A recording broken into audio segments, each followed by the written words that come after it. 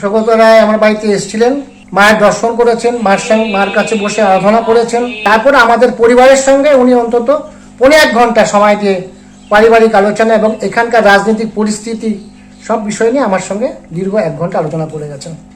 তৃণমূল সরকার ক্ষমতায় আসার পর আমি নিজে দেখেছি এই বন্দিপুর উপনিবেশে প্রচুর উন্নয়ন করেছে, প্রচুর। সিপিএমকে হারিয়ে আমাদের ওয়ার্ডে কৃষ্ণাশীল উনি জিতে আসেন।